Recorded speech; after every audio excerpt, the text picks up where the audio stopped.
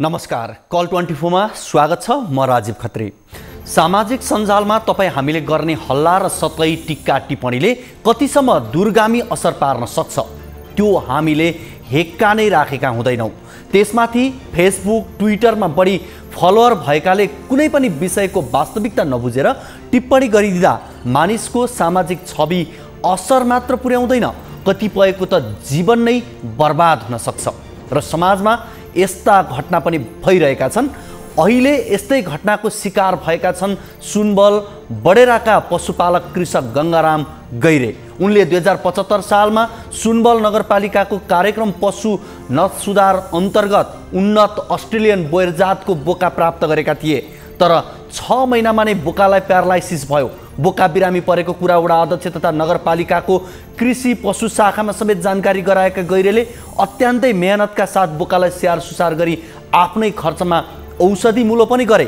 करिब 1.5 महिनामा 18,000 बराबरको औषधि मूल्य गरे पनि बोका केही ठिक भयो, तर पूर्ण रूपमा ठिक हुन भने सकेन। त्यसपछि नगरपालिकाबाट पाएको बोकाबाट 6 महिनामा नै बिरामी परि अपेक्षित प्रतिफल पाउन नसक्दा निराश बनेका उनले वडा अध्यक्ष र पशु शाखा प्रमुखको मौखिक आदेशका आधारमा स्थानीय सरकारवालाको समेत समझदारीमा उक्त बोका काट्ने निदो गरे। तर बोका काटिएको कुराले भोलिपल्टै सामाजिक सञ्जालमा छरपष्ट यसरी भयो। सामाजिक रूपमै गाली गलोज, व्यक्तिगत लालचना, मानमर्दनका विषयले गर्दा कृषक गैरे अत्यन्तै हतोत्साहित भएका छन्।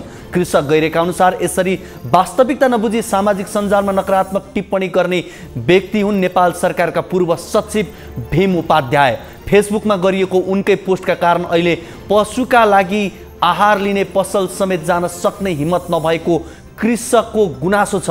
हुन त सरकारले उपलब्ध गराउँदै आएको अनुदानमा व्यतिथि र बदमासी हुनु नौलो कुरा होइन, तर खाँदै नखाएको विष लागेपछि 20औं वर्षदेखि गर्दै आएको पशुपालन पेसाबाटै पलायन हुनुपर्ने अवस्था आएको छ। कृषकले बिलौना पोखिरहेका छन्। आजको कार्यक्रममा यो विषय समावेश गर्नेछौँ। नेपालमा स्वास्थ्य क्षेत्र विवाद रहित बन्न सकिरहेको छैन। कहिले बिरामीमाथि हुने लापरवाही त कहिले आफ्नै कर्मचारीमाथिको दमनका कारण नेपालका अस्पतालहरू बदनाम बनिरहेका छन्। बाँके स्थित नेपालगञ्ज मेडिकल कलेज शिक्षण अस्पतालले यतिसम्म गर्यो कि कर्मचारीहरूलाई दशैंमा प्रोत्साहन भत्ता दिनुको सट्टा तलब समेत दिएन। अस्पताल प्रशासनले देखाएको यही हेपा प्रवृत्तिका कारण अहिले अस्पतालका कर्मचारीहरू हातमा कालो पट्टी बाँधेर आन्दोलनमा उत्रन विवश बनेका छन्। अस्पतालमा दैनिक 20 देखि 25 लाखको कारोबार हुँदा पनि 1100 कर्मचारीलाई 3 करोड बराबर तलब नियमित खुवाउन नसक्नुको चलखेलको आशंका गराएको कर्मचारीहरू स्वयं बताउँछन्। आखिर के हो त वास्तविकता? कर्मचारीमाथि किन अन्याय भयो? अस्पताल प्रशासनले किन अन्याय गर्यो? यस विषयको रिपोर्ट प्रसारण गर्नेछौँ र सम्बन्धित निकायमा जवाफदेहिता पनि आजको कार्यक्रममा लिनेछौँ। त्यसै गरी हामीले आज नेपालका विभिन्न स्थानमा भएका बाढीका सन्दर्भलाई पनि जोड्दैछौँ। यसका अलावा तपाईँका गुनासोलाई पनि हामी कार्यक्रममा प्रत्यक्ष समेट्नेछौँ।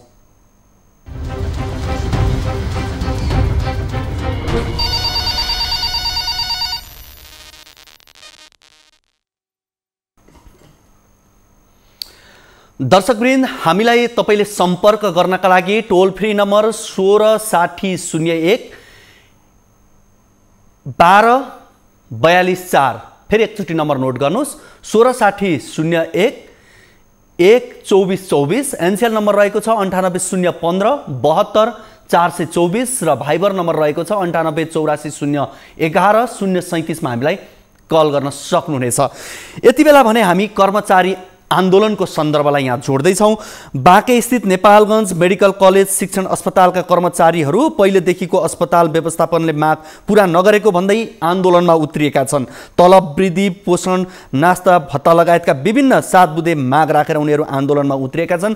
बाँकेबाट टिभी जर्नलिस्ट भगतराम थारूले पठाउनु भएको यो रिपोर्ट हेरौँ।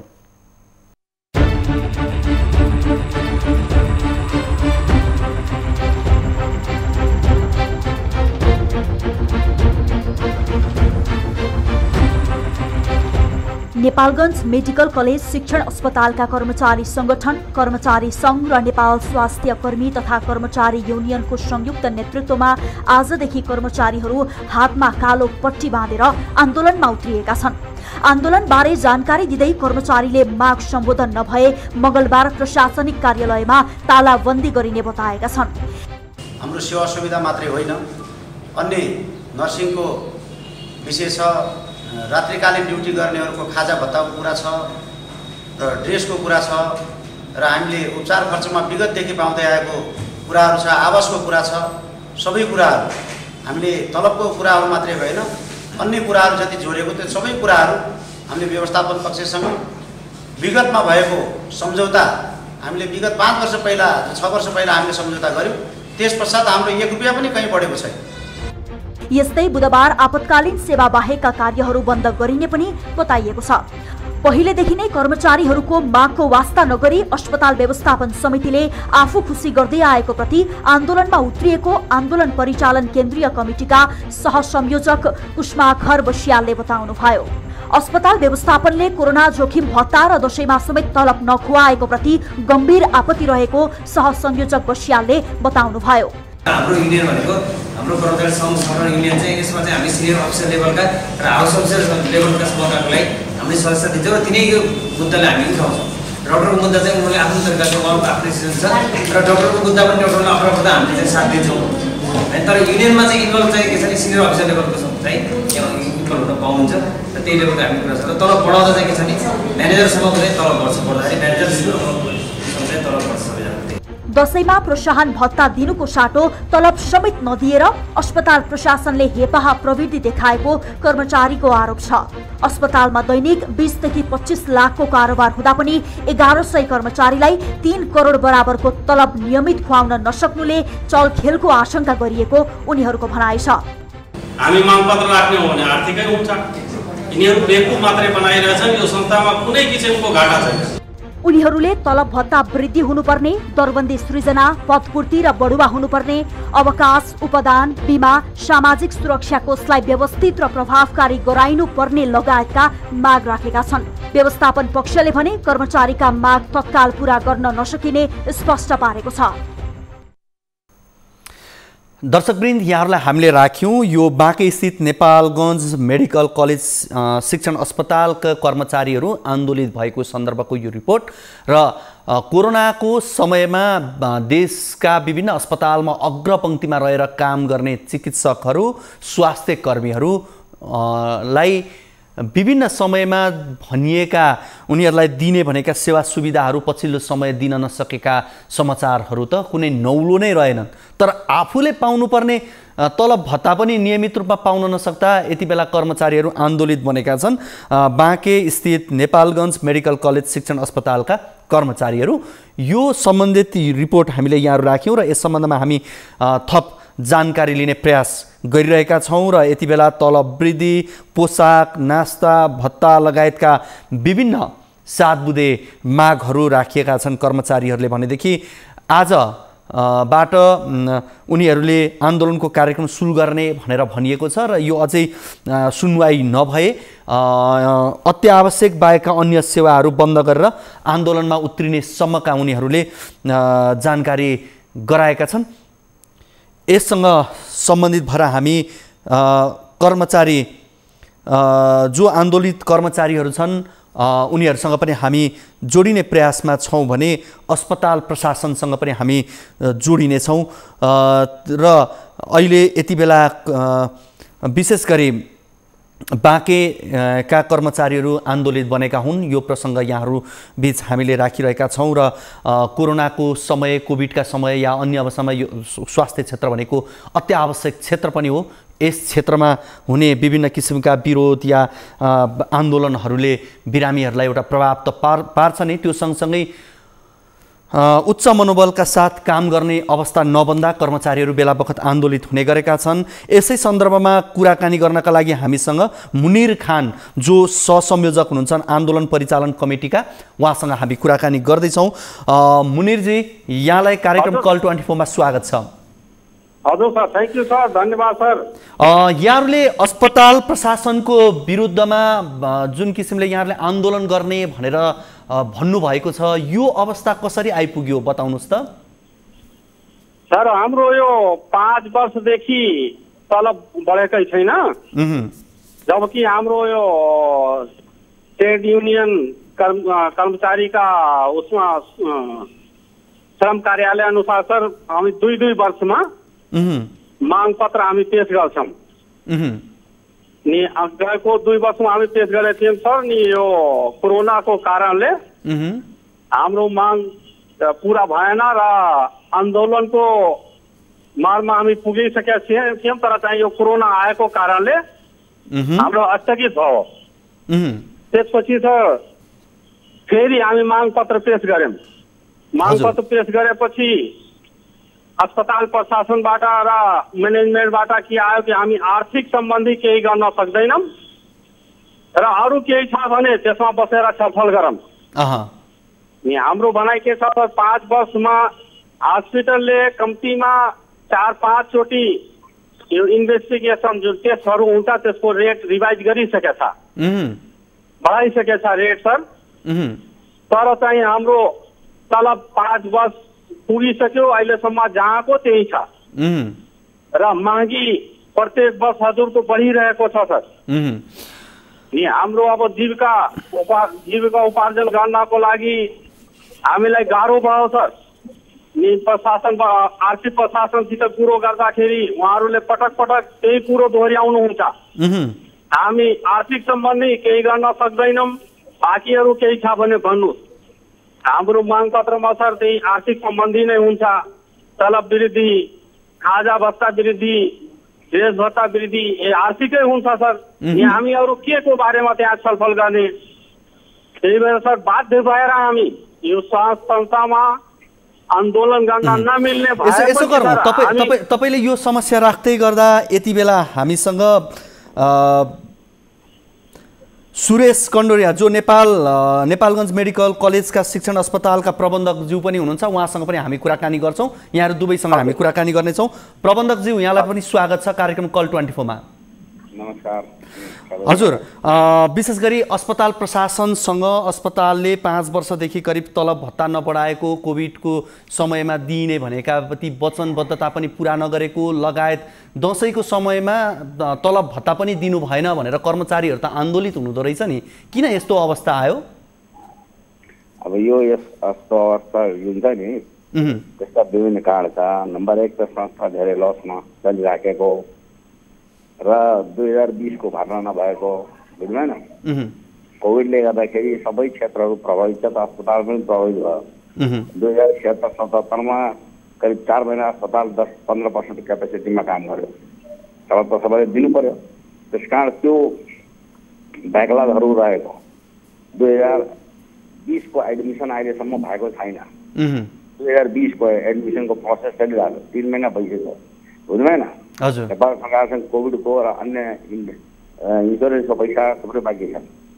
त्यसको निम्ति प्रयास हुँदैछ, पैसा त आएको दिने हो र 60 को पछि लगातार कक्षा सुरु हुनेवाला छ एमबीबीएस को जो 2020 को एडमिसन।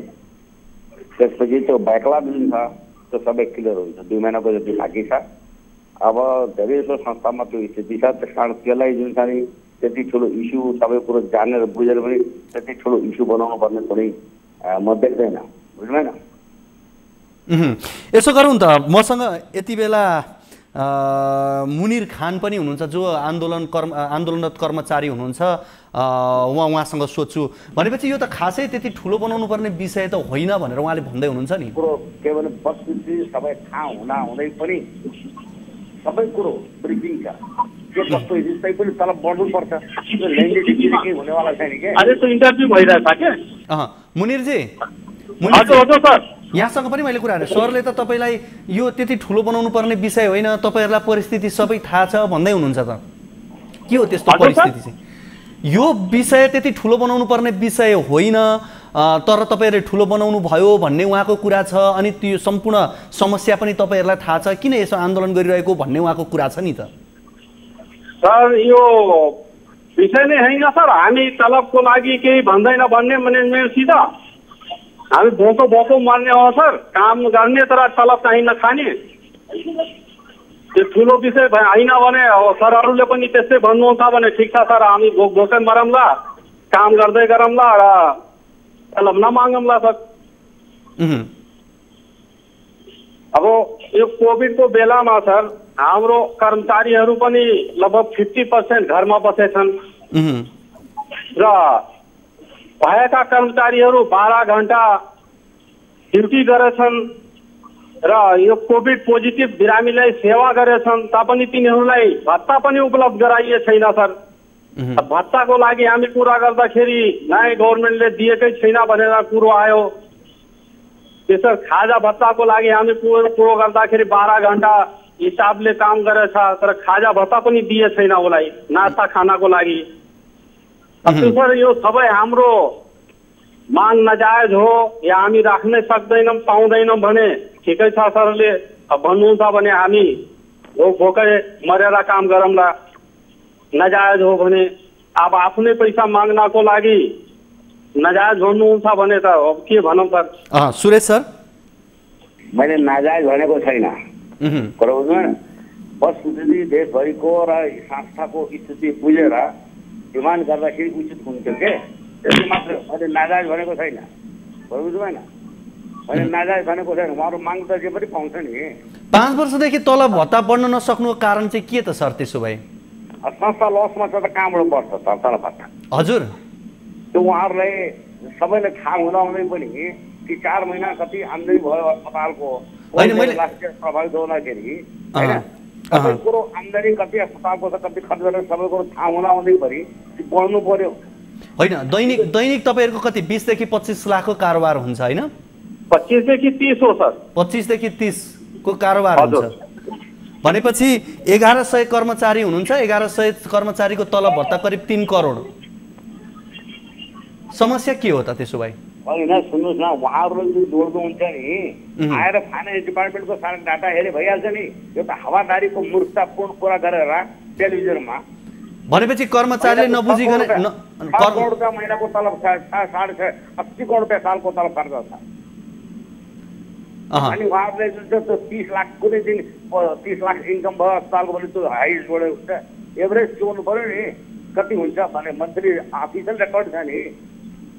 त्यो रेकर्डमा हेर्ने 30 लाख भयो, 35 लाख इन्टु 30 9 करोड आम्दानी हो, 6 करोड चाहिने हाम्रो 3 करोड तलब छ। 3 करोड तलब कतिजनाको छ? होइन, तपाईँले सम्झौता गरे अनुरूप पनि त तपाईँहरूले तलब भत्ता उपलब्ध गराउन सक्नु भएको छैन। दसैँमा बेसलेस यस्तो कुरा हामी सुन्न चाहँदैनौँ। आधार सहितको कुरा गर्ने भने एक्सपर्ट खटाउनुहोस्, आएर हेरोस् एकाउन्ट र सारा कुरा गरोस्। त्यो यो जुन 9 करोड इन्कम छ अरे हाम्रो कर्मचारीको त 3 करोड किन दिन नसके? यो त हावादारी पब्लिकले मूर्ख बनाउने टाइपको कुरा उहाँहरू गर्नुहुन्छ के। मुनिरजी, हजुर सर, तपाईँहरूको एग्रिमेन्टमा के छ? कति वर्षमा बढ्ने यो भन्ने कुराहरू होला नि? तपाईँहरूलाई के दिने भनेर भनिएको थियो भन्नुहोस् न। 2 वर्षमा हामी माग पत्र पेश गर्छौँ सर। त्यसमा आपसी सम्झौतामा हामी चाहिँ त्यो सम्झौता गर्छौँ सर। जस्तो तपाईँहरूले अहिले जुन किसिमले डिमान्ड गर्नुभएको छ त्यो डिमान्ड अस्पतालले ठेक्न नसक्ने गरीको डिमान्ड हो तपाईँहरूको? होइन, त्यस्तो कदापि होइन सर। त्यस्तो हामी कहिले गर्दैनौँ सर। संस्थालाई हामी पनि माया गर्छौँ सर। संस्था रह्यो भने कर्मचारी रहनेछ। कति वर्षदेखि तपाईँहरू काम गर्दै हुनुहुन्छ त्यहाँ कर्मचारीहरू? सर म त 2054 सालदेखि हो। 54 सालदेखि हुनुहुन्छ? हजुर सर। 5 वर्षदेखि तपाईँहरूको तलब भत्ता बढेको, दसैँको तलब पनि नपाएको भनेर भन्नुभयो है तपाईँहरूले? हजुर, दसैँ पेस्की सर कोही साथीहरू आधा पाएछन्, कोही आधा पनि पाए छैनन्। अनि तलब भत्ता चाहिँ नियमित? तलब भत्ता त 2 महिनाको पेन्डिङ राखेर सर, 3 महिनाको कहिले पेन्डिङ हुन्छ, कहिले 2 महिनाको हुन्छ, पेन्डिङ राखेर दिनुहुन्छ। अहिले तपाईँहरूको मुख्य अरू मागहरू के हो? यो तलब भत्ता अनि अरू के हो? मेन सर यही तलब भत्ता नै हो सर। तलब भत्ता नै हो। हजुर। के छ सर सुरेश सर उहाँहरुको तलब छ? सुन्नुहोस् न सर, हजुर, जुन पेन्डिङ तलब छ त्यो उहाँहरुको छटपछि विद्यार्थी भर्ना प्रक्रिया कम्प्लिट हुने बित्तिकै उहाँहरु पाउनुहुन्छ। तलब सुविधा बढाउने कुरा हुन सक्दैन, अहिले त्यो सम्भव छैन। उहाँहरूले जुन आम्दानीको हिसाब किताब तपाईँहरूले बयान गरिराख्नु मिडियालाई मिसगाइड गर्नलाई आएर मिडिया साथी या एकाउन्ट एक्सपर्टलाई ल्याएर हेरे भइहाल्छ। भनेपछि तलब भत्ता चाहिँ तपाईँहरू कुनै हालतमा बढाउन सक्नुहुन्न उहाँहरूले भने जस्तो? सक्दैन, कसैले घरबाट ल्याएर परे दिन्छ के भयो? स्पेस हुनु पर्यो, दिन सक्ने स्पेस हुनु पर्यो, ठाउँ हुनु पर्यो नि। तपाईँ कर्मचारीलाई दिनुपर्ने न्यूनतम मापदण्ड पनि पुरा नगरे जस्तो देखियो नि त। त्यसो हुँदा त यो गलत छ कुरा। न्यूनतम भन्दा धेरै बढी पाएको छ, श्रमले तोक्यो भन्दा धेरै बढी सुविधाहरू छ। सेवा सुविधाहरू पनि अन्य श्रम कार्यालयमा आएर श्रम कार्यालयमा पनि मिटिङ बसेछ, श्रम कार्यालय पनि सबै कुरो थाहा छ। त्यस कारण यो हावादारीको कुरा उहाँहरू गर्दै हुन्छ। श्रम कार्य मिनिमम नेपाल सरकार तोकेको पनि दिएको छैन, यो बेसलेस कुरा हुन्छ। अनि यतिका कर्मचारीहरू किन आन्दोलित हुनुभयो होला त सर? त्यसो भए आन्दोलित छन्, नेताहरूसँग भड्काउँछन् कि हो यहाँ त तपाईँले जस्तो जोडाइ नि 9 करोड इन्कम छ हस्पिटलको 3 महिनाको 3 करोड तलब छ, 6 करोड त बचतै बचत छ, जति पनि बाँड्न सक्छ। उल्टा सिधा कुरा गरेर त हो नि भड्काउने कुरा होइन। यो त आम सर्वसाधारणलाई प्रत्यक्ष प्रभाव पर्ने कुरा हो। भोलिबाट उहाँहरूले आन्दोलन थाल्नु होला अत्यावश्यक भएको। जब होइन 9 करोड इन्कम देखाइदिनु पर्यो नि त्यहाँ महिनाको, कुनै एक दिनको इन्कमले जोडे सालभरको जोडे हुन्छ। अनि तलब हाम्रो 7 करोड महिनाको खर्च हुन्छ, 3 करोड महिनाको तलब बताउने तपाईँहरूलाई त्यसरी हुन्छ हिसाब किताब देखाउने? यस्तै उल्टा सिधा होइन। तपाईँ जसरी भन्दै हुनुहुन्छ मलाई एउटा कुरा चाहिँ भनिदिनुहोस् त, दिनको 25 देखि 30 लाखको कारोबार हुन्छ भनेदेखि 1100 कर्मचारी पाल्ने हैसियत छैन भने त्यो अस्पताल कसरी सञ्चालन हुँदैछ त्यसो भए? होइन, कसले भन्यो हैसियत छैन, बुझ्नु भएन। तर जो डाटा दिएको छ त्यो गलत हो, कुरा बुझ्नुहोस् पहिला। त्यो कर्मचारीले तलब पाएको छ छैन अहिलेसम्मको? 2 सालदेखि कोभिडले प्रभावित भएका तलब पाएको छ छैन उहाँहरूले? तलब सुन्नुहोस् न, समय अनुसार उनीहरूको वृत्ति विकासका कुराहरू होलान्। 5 वर्षदेखि पनि भएको छ, सबै कुरो सुविधा। 5 वर्षदेखि तलब बढेको छैन भने चाहिँ वृत्ति विकास के भयो होला भन्नुहोस् त? नेपाल सरकारले तोक्यो भन्दा धेरै पनि सुविधाहरू पाएका होइन। 5 वर्षदेखि कर्मचारीले हाम्रो तलब भत्ता बढेन, समय सापेक्ष बढ्नु पर्थ्यो भन्नु कुरा नाजायज हो र भने? सुन्नुहोस्, मैले नाजायज केही भनेको छैन। माग त के पनि माग गर्न मिल्छ, त्यो नाजायज भनेको होइन। तर स्रोत साधन हुनु पर्यो, संस्थासँग केही हुनु पर्यो, संस्था ठुलो लक्ष्य छ, त्यो दिन सक्ने स्थिति छैन। त्यसको भेरिफिकेसन गर्नु छ भने एकपल्ट खडाइदिए भइहाल्छ। होइन, संस्थाले जुन गति लिन सकेन, काम गर्न सकेन भने त त्यो त म्यानेजमेन्टको पनि समस्या होला नि त यहाँहरू जस्तो। होइन, तपाईँहरूले म्यानेजमेन्ट तपाईँहरू क्रिएट गर्नु आउनु न, म्यानेजमेन्टको जिम्मेदारी लिएर गएर देखाउने होइन। त्यो जिम्मेवारी कसले? सुन्नुहोस् न सर, कोभिड हामीले क्रिएट गरिदिएको हो, 2 साल विद्यार्थी भर्ना भएन हामीले गरिदिएको हो। अनि 2 वर्ष विद्यार्थी भर्ना रोकिने बित्तिकै तलब भत्ता खुल्न समस्या भयो यहाँहरूलाई त्यसो भए?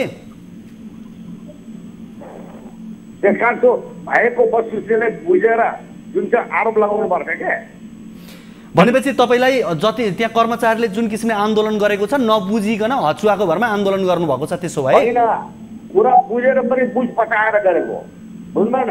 उल्टा सिधा डाटा नेता बन्नेबाट रहर जागेको छ, त्यस कारण उल्टा सिधा पब्लिकलाई जो कर्मचारीले उल्टा सिधा भनेर भड्काइरहेको। मुनिरजी, हजुर सर, तपाईँहरू भड्किनु पर्ने, उल्टा सिधा कुरा गर्नुपर्ने अवस्था चाहिँ किन भयो फेरि भनिदिनुहोस् त? उहाँले त भन्दै हुन्छ तपाईँ त उल्टा सिधा कुरा आइरहनु भएको छ।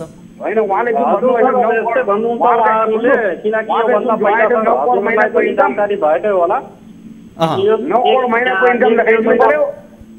सुन्नु, महिनाको 9 करोड इन्कम देखाइदिनु अस्पतालको। पुरा आन्दोलनको लागि तयार भयो नि, ताला हाने। त्यसपछि हामी तिनीहरूलाई सपोर्ट गर्यौँ सर। सम्झौता पनि भयो कि ल अब यो 3 महिनाको तलब छिटोभन्दा छिटो हामी खुवाउनेछौँ, तर सम्झौता गरे बापत पनि भएन सर। त्यो गर्दा गर्दा 3 महिनाको तलब गर्दा गर्दा दिनको लागि लगभग 1.5 महिना लागेको छ। अनि सर फेरि म सुरेश सरलाई सोधेँ, तपाईँहरू सक्नुहुन्न भने बेला बखत सम्झौता चाहिँ किन गर्नुहुन्छ फेरि? अनि त्यो सम्झौता चाहिँ किन कार्यान्वयन गर्नुहुन्न? त्यो तपाईँहरूलाई जे कुरा गरिरहेका छन् यिनीहरूले, त्यो आएर बसेर वस्तुगत नेपाल सरकारको प्रतिनिधिको अगाडि कुरा गर्नु पर्यो। डकुमेन्ट इभिडेन्स चाहियो, कुरा बुझ्नु भएन? यो त्यो भरमा कुरा गरेर केही अर्थ राख्दैन, बुझ्नु भएन? तपाईँले त्यसमा सम्झौता गरेको पनि होइन, विगतमा केही सम्झौता गर्नुभएको छैन? सम्झौता गरेछ, त्यो पालना भएको छ, बुझ्नु भएन? अनि उहाँहरू त सम्झौता पालना भएन भनेर आन्दोलन गरिरहनु भएको छ। ठिक छ, गर्नु उहाँहरूको भनिहाल्यो 9 करोड महिनाको इन्कम चाहिँ हस्पिटलको देखाइदिनु पर्यो। 9 करोड हस्पिटलको इन्कम जुन दिन उहाँहरू देखाउनुहुन्छ त्यो दिन म उहाँहरूको सारा माग पुरा गरिदिन्छु। यस्तै हचुवाको कुरा गरेर हुन्छ? 9 करोड महिनाको आम्दानी हस्पिटलको। भनेपछि मुनिरजी हजुर सर, तपाईँहरूको समस्या समाधान होला जस्तो त देखिँदैन। उहाँहरू आफ्नो अडान नछोड्ने सम्झौता या त हाम्रो माग पुरा हुन्छ या त हस्पिटलै बन्द हुन्छ। उहाँहरूलाई पनि हस्पिटल प्रति अब यो मेडिकल कलेज प्रति मोह माया छैन सर। 37 करोड रुपियाँ लगाएर 300 करोडको सम्पत्ति बनाउनु भएछ। अब लगानी कम भएपछि अब कति पैसा त कमाइसक्नु भयो होला सरहरूले। यसमा त मेन मार्कामा परेछन् कर्मचारी छ। ठिकै छ, अब हुँदैन भने हाम्रो माग पुरा भएन भने हामी पनि जामला, ठेला लगाएर फलफुल बेचौँला, जीविका आफ्नो उपार्जन गरौँला। म पनि हेर्न चाहन्छु कतिवटा त्यो फलफुल बेच्ने जान सक्ने हैसियत राख्छ। हुन्छ सर, हुन्छ, हेरौँला नि सर।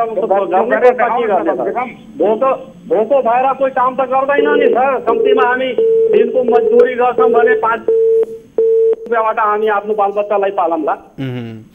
यहाँ जस्तो त 3 महिना हामी भोको बसेर त काम गर्न सक्दैनौँ नि।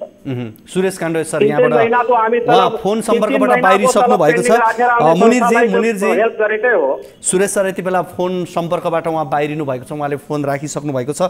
अब तपाईँहरूको आन्दोलनको कार्यक्रमहरू कसरी अगाडि बढिरहेको छ त्यो विषयमा जानकारी गराउनुहोस् त। के छ तपाईँहरूको? भोलिदेखि सर हाम्रो आधा दिन ओपिडी बन्द हुन्छ 1 बजेदेखि। त्यसपछि पर्सिदेखि सर इमर्जेन्सी सेवा बाहेक इमर्जेन्सीमा हजुरको emergency department, labour room, OT, emergency OT र एक्सरे र पैथोलोजी डिपार्टमेन्ट, यो इमर्जेन्सी डिपार्टमेन्टहरू सबै खोलेर सर बाँकी अरू सबै डिपार्टमेन्टहरू बन्द हुनेछ। धन्यवाद यहाँलाई यहाँ यो जानकारीका लागि। यस समयमा हामी थप फलोअप फेरि पछिल्ला कार्यक्रमहरूमा हामी गर्नेछौँ। यहाँहरूलाई हामीले विशेष गरी नेपालगञ्ज मेडिकल कलेजमा कर्मचारी आन्दोलित रहेको सन्दर्भमा कुराकानी गऱ्यौँ। त्यहाँका कर्मचारीले विभिन्न माग राखेर आन्दोलन गरिरहेका छन् भनेदेखि हामीले व्यवस्थापन पक्षसँग पनि कुराकानी गर्ने प्रयास गऱ्यौँ। तर उहाँहरूले कर्मचारीहरूले राखेको मागको सन्दर्भमा कुनै पनि हालतमा सुनवाई गर्न नसकिने भनेर स्पष्ट आफ्नो धारणा राखिसक्नु भएको छ भने कर्मचारीहरू पनि हामी आन्दोलनको माध्यमबाट यो कुरा आफूले 5 वर्षदेखि तलब भत्ता नबढाइएका लगायत अन्य विषयहरू छन् त्यो विषय पुरा गरेर छाड्छौँ भन्ने उहाँहरूको दृढता छ। तर यो दुवै मारमा आम बिरामीहरू, आम सर्वसाधारणहरू नपरुन् भन्ने हाम्रो मुख्य आशय हो। अब हामी लाग्छौँ नेपालगञ्जमा भएको एउटा सुन्दा सामान्य लाग्ने विषय, तर एउटा व्यक्तिलाई त्यो सामान्य भनिएको विषयले कतिसम्म प्रभावित पार्न सक्छ त्यो पनि सामाजिक सञ्जालका माध्यमबाट भएका बुझ्दै नबुझी भएका टिक्का टिप्पणीले भन्ने सन्दर्भको एउटा रिपोर्ट यहाँहरू बीच हामी राख्न गइरहेका छौँ। नेपालमा कृषि क्षेत्रको उत्थानलाई प्राथमिकता राखी योजना बनाउने सरकारको उद्देश्य परिपूर्ति गर्नका लागि हरेक स्थानीय सरकारहरूले कृषि तथा पशु क्षेत्र प्रवर्धनका निम्ति विशेष कार्यक्रमहरू सञ्चालन गरेको देखिन्छ। तर पश्चिम नवलपरासीको सुनवल नगरपालिका वडा नम्बर 13 बडेराका एक कृषक भने सुनवल नगरपालिकाको कार्यालयले पशुपालनका लागि दिएको एउटा अवसरको सदुपयोग गर्दा अहिले आरोप र पीडा खेपिरहेका छन्। नवलपरासीबाट टिभी जर्नलिस्ट नारायण सुवेदीले पठाएको यो रिपोर्ट हेरौँ।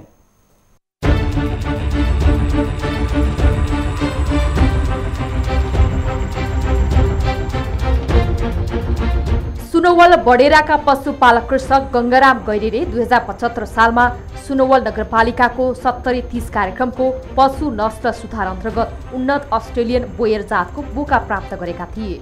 उक्त बोका सुनवल नगरपालिकाले कृषकलाई 30% हुन आउने गरी रकम 78,000 र नगरपालिकाको रु 2,50,000 गरी करिब 3,50,000 रुपियाँमा अस्ट्रेलियाबाट खरिद गरी स्याहार सुसार समेत गर्ने गरी बोयर जातको बोका कृषक गंगारामलाई हस्तान्तरण गरेको थियो।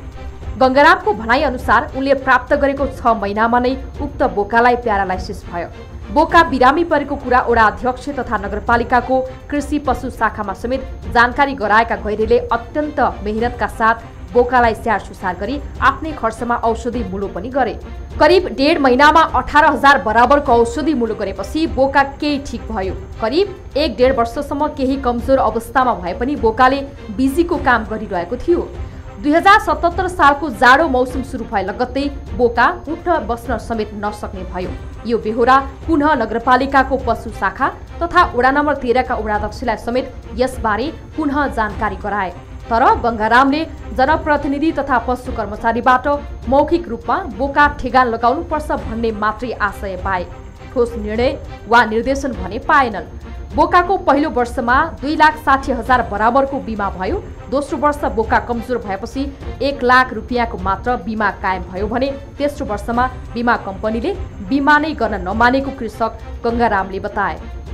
केही मात्रामा सर्भिस दियो अनि बीचबीचमा पनि बिरामी भइराखेको र अब लामो समयसम्म 3 वर्ष भएको नाताले बुढो पनि भएको र सर्भिस दिन नसकेको हुँदा बिरामीको अवस्थामा पनि रहेको हुँदा वडा कार्यालय मार्फत चाहिँ नि वडा अध्यक्षलाई सम्पर्कमा ल्याएर उहाँहरूले चाहिँ हेरेर ठिक छ यो बोको हटाउनु र त्यसको बदलामा तिमीको उत्पादन भएको बोको चाहिँ नि दिनुपर्छ नगरपालिकालाई भनेर भन्नुभयो र हामीले त्यसरी त्यो बोकालाई हटाइयो। करिब 1 महिना अघि बोका पुनः उठ्न नै नसक्ने अवस्थामा पुग्यो। यो कुरा कृषक गङ्गारामले पुनः वडाध्यक्ष एवं नगरपालिकाका प्रवक्ता समेत रहेका कृष्ण प्रसाद देवकोटा र नगरपालिकाका पशु विकास अधिकृत मिश्री प्रसाद खड्कालाई निर्देशनका लागि पुनः अनुरोध गरे। त्यसपछि भने मौखिक रूपमा वडाध्यक्षले तुरन्त व्यवस्थापन गर्नु भने गङ्गारामले लिखित निर्देशन माग गरे तर दशैं बिदा सुरु हुन लागेकाले कागजी प्रक्रिया दशैंपछि गरिदिने भन्दै मौखिक निर्णय मात्रै गरे। कृषक गैरीले पनि आफ्नो 78,000 रुपियाँ नगद साझेदारी गरी नगरपालिकाबाट पाएको बोकाले 6 महिनामा नै बिरामी परि अपेक्षित प्रतिफल पाउन नसक्दा निराश बनेको अवस्था र वडाध्यक्ष र पशु शाखा प्रमुखको मौखिक आदेशका आधारमा स्थानीय सरोकार उलाको समेत समझदारीमा उक्त बोका काट्ने निधो गरे। करिब 150 बाख्रालाई बेची गरी दिइसकेको बोका गत सप्तमीका दिन काटेर 900 रुपियाँको दरले 20.5 किलोको जम्मा 18,400 रकम प्राप्त गरे। जबकि उनले बोका प्राप्त गर्दा नै व्यक्तिगत लगानी 78,000 गरेका थिए। तर बोका काटिएको कुरा भोलिपल्टै सामाजिक सञ्जालमा छरपष्ट भए। सामाजिक रूपमै गाली गलौज, व्यक्तिगत लान्छना, मानमर्दनका विषयहरूले गर्दा कृषक गैरे अत्यन्तै हतोत्साहित भएका छन्। 20औं वर्षदेखि गर्दै आएको पशुपालन पेसाबाट पलायन हुनुपर्ने अवस्था आएको उनी बताउँछन्। विभिन्न सञ्जाल अथवा व्यक्तिहरू राजनीतिक दलका मान्यजनहरूबाट यो बोको किन हटाइयो, कसरी हटाइयो, कसको आदेशले हटाइयो भनेर चाहिँ नि मलाई विभिन्न कोणबाट चाहिँ नि सताइराख्नु भएको छ उहाँहरूले। मैले वडा कार्यालयसित समन्वय गरेर उहाँलाई भनेर वडा कार्यालयका अध्यक्षलाई बोलाएर यस्तो भयो भनेपछि उहाँले हटाउनुस् र तपाईँले एउटा बोको दिनुपर्छ नगरपालिकालाई भन्नुभयो र म त्यो हिसाबले हुन्छ भनेर काम अगाडि बढाएँ। सरकारी कागजी प्रक्रियाका बारे आफूलाई थाहा नभएको पनि उनी बताउँछन्। आफ्नो कुनै दोष नभएको अवस्थामा सामाजिक सञ्जालमा देखिएका नकारात्मक टिप्पणीको सामना कसरी गर्ने र अझै यो विषय नेपाल सरकारका पूर्व सचिव भीम उपाध्यायको फेसबुक वालमा समेत वास्तविकता नबुझे आफूलाई मेयरसँग जोडी पोस्ट गरिएको अवस्थाका कारण अहिले पशुका लागि आहार लिन पसल समेत जान सक्ने हिम्मत नभएको उनी बताउँछन्। सुन्दा विषय सानो हुन सक्छ तर यसले पारेको प्रभाव र एउटा मनोविज्ञानमा परेको प्रभाव ले एउटा व्यक्तिलाई कतिसम्म तनाव दिएको छ यो विषयले भन्ने कुरा हामीले यो सन्दर्भमा उठाउन खोजेका हौं।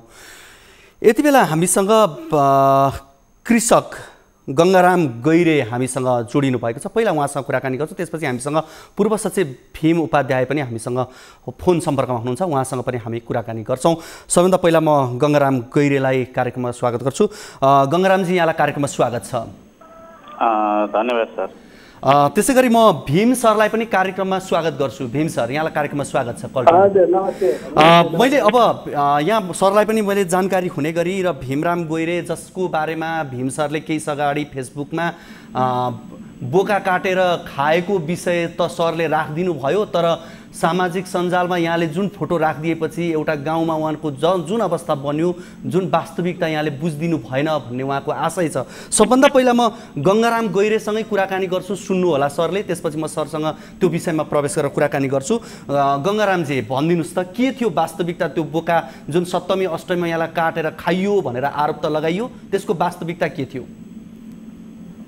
हजुर सर, त्यो 70-30 को अनुदानमा नगरपालिकाबाट चाहिँ नि हासिल गरेको बोका बुहारी जातको, अनि त्यो बोका तपाईँको ल्याएपछि 8 महिना सर्भिस दिन हुन्न, यसलाई चाहिँ नि यो तरिकाले खानपिन गराउनु होला, यसरी राख्नु होला भन्नुभयो। त्यही हिसाबले हामीले त्यसलाई राखियो।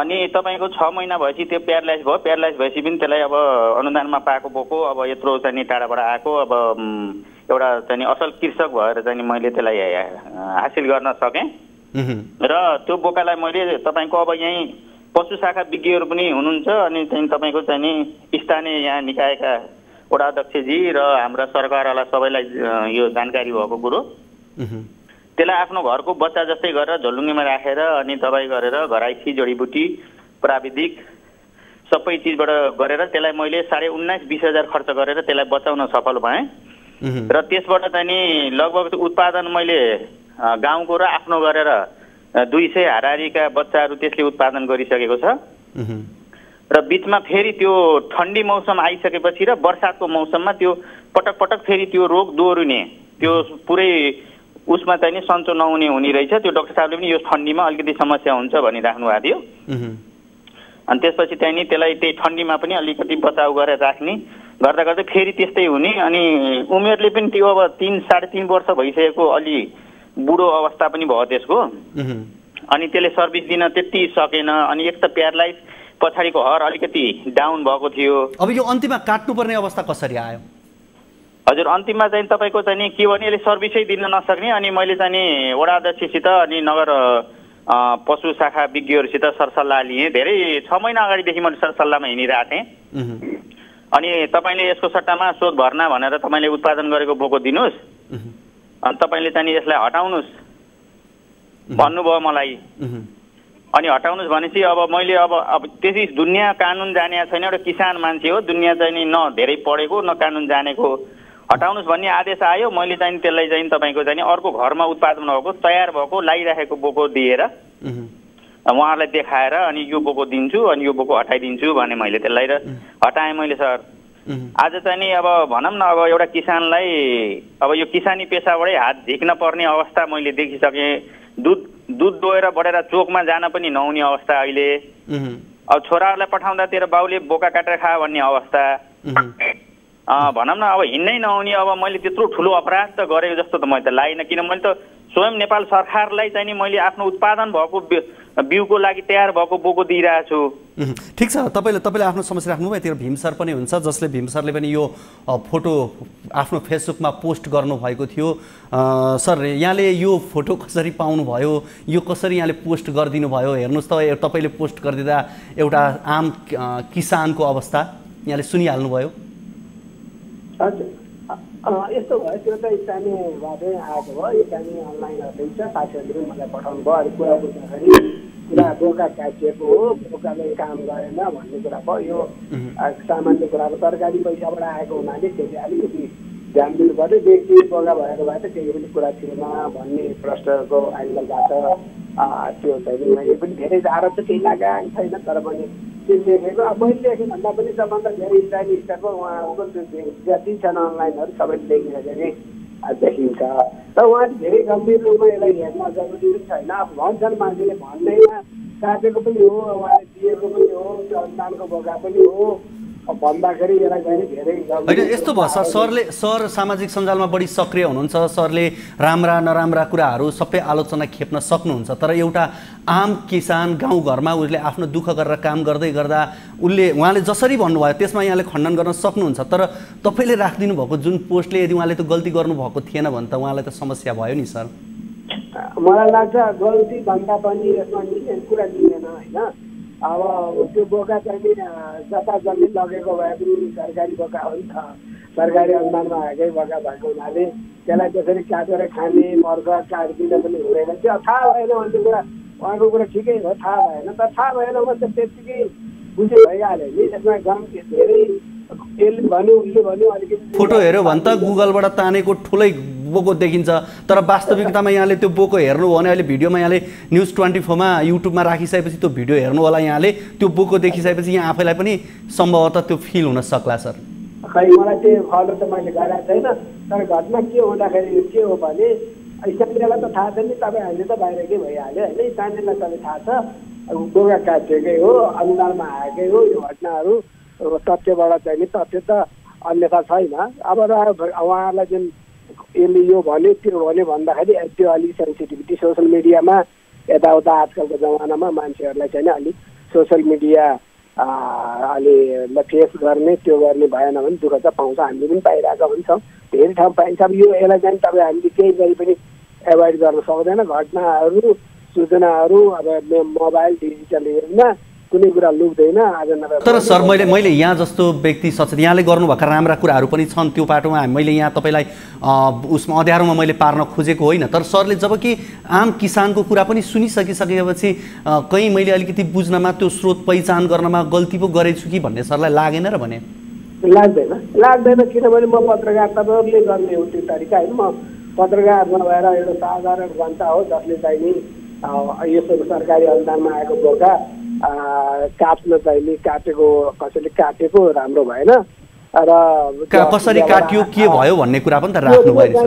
त्यो कुरा फेरि उहाँहरूले पछि खोल्दै जाँदाखेरि थाहा भइहाल्यो। अहिले पनि तपाईँले जुन उहाँले भन्नुभयो ठिकै हो, त्यो भयो त केही बिग्रेन, तथ्य त कहीँ परेर गएको छैन। त्यो मलाई म मेरो आफ्नो लेख्ने तरिका के हुन्छ एउटा म जनता भएर लेख्छु। कहिलेकाहीँ मान्छेले मलाई एकदम जिम्मेवारी पदमा बसेको पत्रकारिता चलाएको प्रोफेसनल मान्छे भन्दान्छन्, यी सबैमा त्यो चाहिँ लिन जरुरी छैन। म पनि अरूको सोसियल मिडियामा लेखेको कुरा, तर तपाईँहरूले न्युज मिडियाहरूले लेख्नुहुन्छ हुन्छ भने त्यहाँ चाहिँ तपाईँहरूको एउटा आफ्नो डिसिप्लिन कोड अफ इथिक्स हुन्छ, त्यो अनुसारको प्रक्रियाले गरेको हुनुपर्छ भन्ने हो।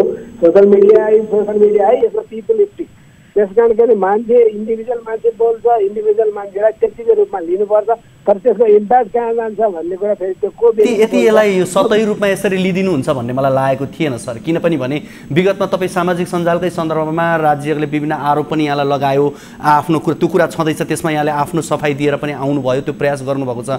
तर एउटा किसान आम नागरिकसँग जोडिएको विषय हो क्या सर यो?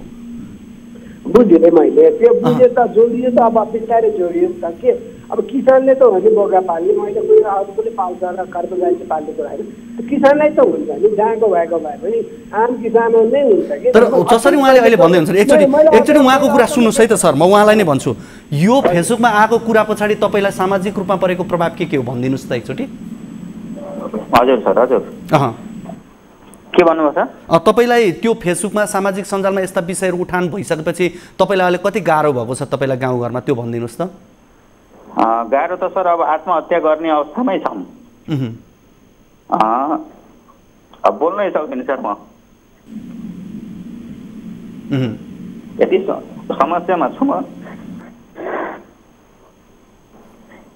भीम सर बोल्ने अवस्थै रहेन।